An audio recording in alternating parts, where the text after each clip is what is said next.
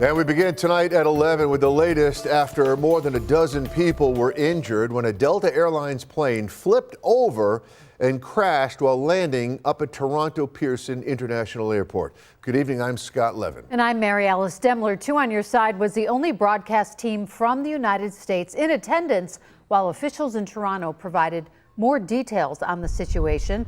Channel 2's Andy Payton joins us live from the scene of the accident with more tonight. Andy?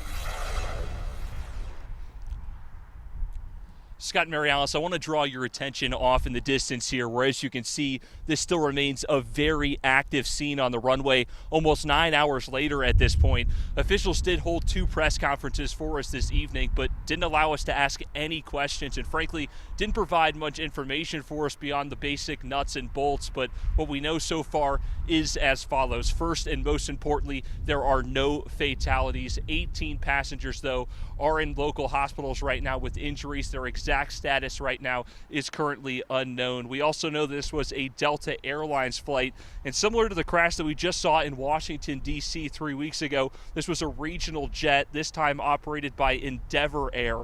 The flight originated from Minneapolis, according to Delta, and experienced some sort of incident upon landing in Toronto around 2:30 p.m., causing this plane to flip upside down.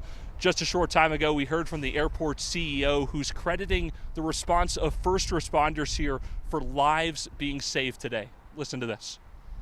No airport CEO wants to have these type of press conferences, but this is exactly what our emergency, our operations, and our federal, our first responder partners are all practiced and trained for.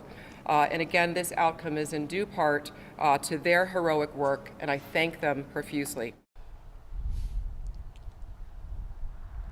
Now, as far as the cause of this accident, that still remains under investigation, but officials are ruling out any weather conditions playing a factor, saying that the runway was dry and that there were no crosswinds. Now, the airport is back up and running after a brief ground stop earlier today, but the two runways behind me here will remain closed throughout the investigation.